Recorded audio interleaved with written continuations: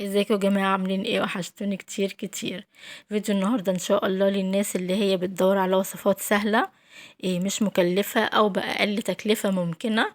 عايزة تعملي نوع حلو جدا من الحلويات غير مكلف، يبقى هو القريوش. ده إيه نوع من الحلويات يا جماعة الجزائرية، حلو قوي. هنعمله النهاردة ان شاء الله ونشوف طريقته. هي طريقته سهلة، مفيهاش اي حاجة صعبة خالص.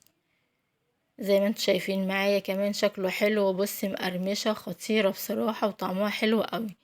تعالوا بقى نتعرف على المقادير والطريقة وعملناه ازاي مع بعض. دي العجينة يا جماعة، بس عايزة اوريلكم السمك بتاعها. هي طبعا مش عجينة قاسية يعني، بصي طرية شوية.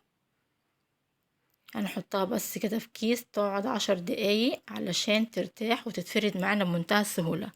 الحقيقة المقطع اللي صورت فيه العجينة وانا بعجنها، بعد ما خلصت ما لقيتهوش. الظاهر الكاميرا ما كانتش مفتوحة يعني، للأسف ما كانتش دايرة، فما كنتش انزل الفيديو ده. بس يعني قلت خلاص بقى هنزله. هقول لكم واحنا بنفرد العجينة كده هقول لكم ايه المقادير بتاعتها. هي مقاديرها سهلة.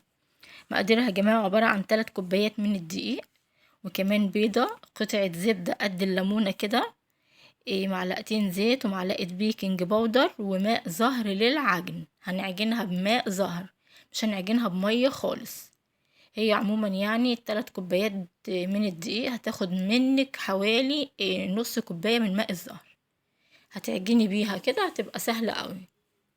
الأول هتحطي الزبدة والبيضة والزيت، هتضربيهم شوية كده بالمضرب السلك العادي. بعد كده هتنزلي بالدقيق وخلاص، وهتعجني بماء الزهر. هتديكي العجينة اللي انت شفتيها معايا في الأول، وتسيبيها تهدى بقى كده 10 دقايق علشان تتفرد معاكي بمنتهى السهولة، تبقى سهلة في الفرد يعني.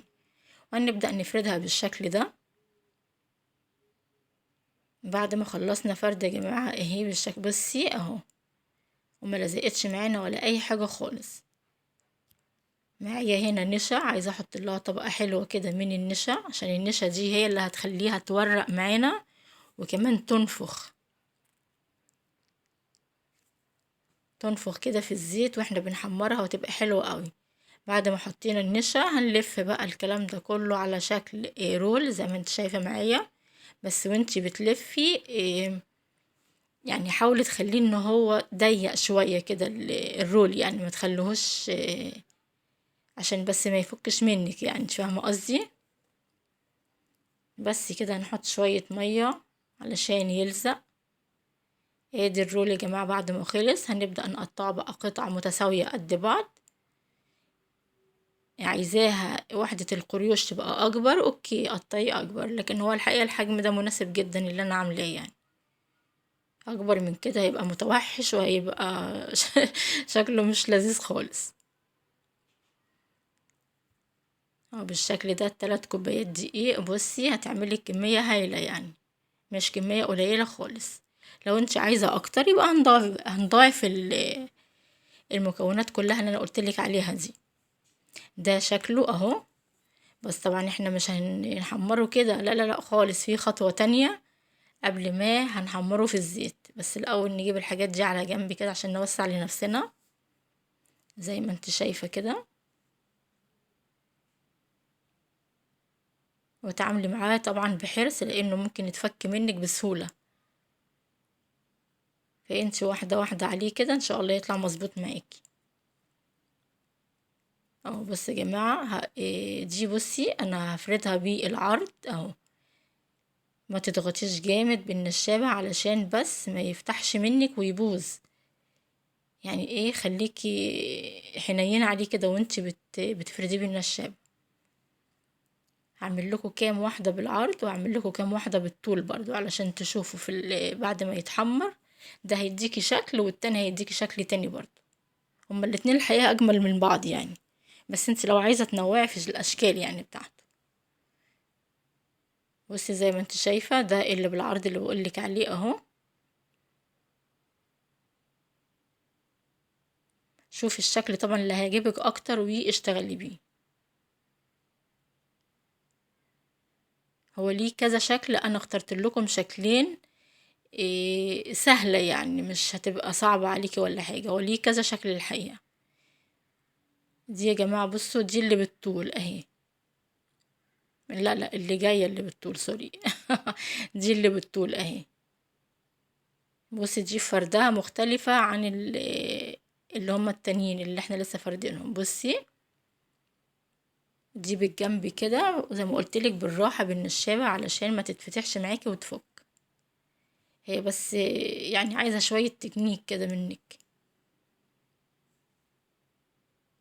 اهم حاجة تتعاملي معاها بحرص علشان تديك الشكل المطلوب يعني. عشان ممكن برضو الخطوة بتاعت الفرد دي أثناء التحمير تطلع لك حاجات شبه الكائنات الفضائية يعني. أبصي دي اللي هي بالعرض ودي اللي هي بالطول. على الزيت بقى، زيت سخن، وتعالي نشوف هنحمرها ازاي، وهقولك كمان بتتحمر ازاي. دي يا جماعة اللي هي بالطول زي ما قلتلك. أول ما تنزل فيه الزيت لازم بمعلقة ترش عليها من فوق علشان تفتح وتورق زي ما انت شايفة معايا كده. معلش انا اسفة بس مدخلاكوا جوه الزيت. بس عشان اوريلك يعني الشكل بصراحة والتوريقة بتاعتها زي ما انت شايفة كده. يبدأ يرش عليها. على فكرة برضو يعني مش هنحمر كمية، لا لا، هما 2 3 علشان بس تقدري تعملي الخطوة اللي انا بقولك عليها دي، عشان دي اهم خطوة على فكرة، دي اللي هتديكي الشكل. هتستعجلي وترمي كل اللي احنا عملناه ده في الطاسة، لا مش هيديكي شكل خالص.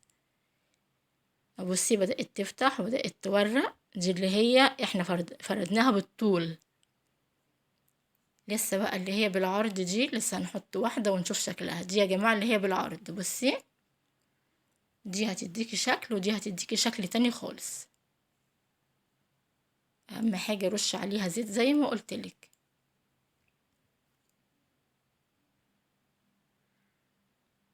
اهي بصي كمان واحدة، نعمل كمان واحدة. اهي اهم حاجة خطوة الزيت دي.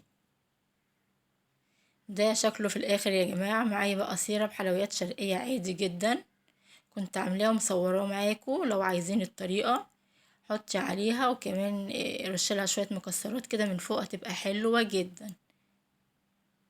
دي طبعا مش الكمية كلها، لا لا لا خالص، ده هي قطعت كمية هايلة الحقيقة. دي اللي هي بالعرض يا جماعة، اللي احنا فردناها بالعرض. بصي شكلها حلو قوي قوي، ريحتها جميلة ومقرمشة واقتصادية، يعتبر يعني من الحلويات الاقتصادية. مش هتاخد منك كمان وقت في التحضير كتير. هتعمليها كده بسرعة وانت واقفة في المطبخ وهتطلع معاكي حلوة قوي. جربيها ان شاء الله بإذن الله هتعجبك كتير كتير الوصفة دي. بس كده، وده كان فيديو النهاردة. باي باي حبايبي.